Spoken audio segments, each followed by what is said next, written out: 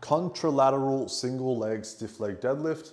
Now the difference between a RDL and a stiff leg deadlift is RDL you go down to about mid shin using your hand as the reference. So once I get to about this point, I come back up. Whereas stiff leg deadlift, I go all the way down until the weight touches the floor.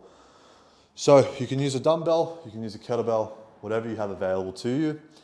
Now, if I'm working my left leg first, I'm going to slightly bend my left knee, and then the rest of the movement is going to occur through the hip. I'm going to come all the way down and up. That's one more, all the way down and up. Now, one thing I forgot to mention, contralateral, meaning I'm only holding the weight in one hand. So if I'm working my left leg, then the weight is in my right hand. Now, some other things to keep in mind, probably the most important when it comes to posture. A very common mistake people will make is their leg will sort of just hover in the air and they'll flex and extend for the rest of the movement through their back.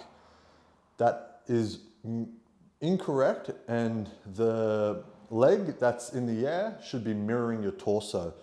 So as my chest moves, so does my leg as well. And they copy each other and work in unison, all right? If you see yourself doing that in the mirror, correct it immediately. Other than that, you know, in general, posture is key. You should be focusing on moving through the pelvis as opposed to extending through the spine. And you also really want to focus on keeping majority of the weight on your heel to midfoot area, right? Don't let it shift to your toes, otherwise you might struggle a little bit with balance. If done correctly, you should feel it mainly in the glute and the hamstring area.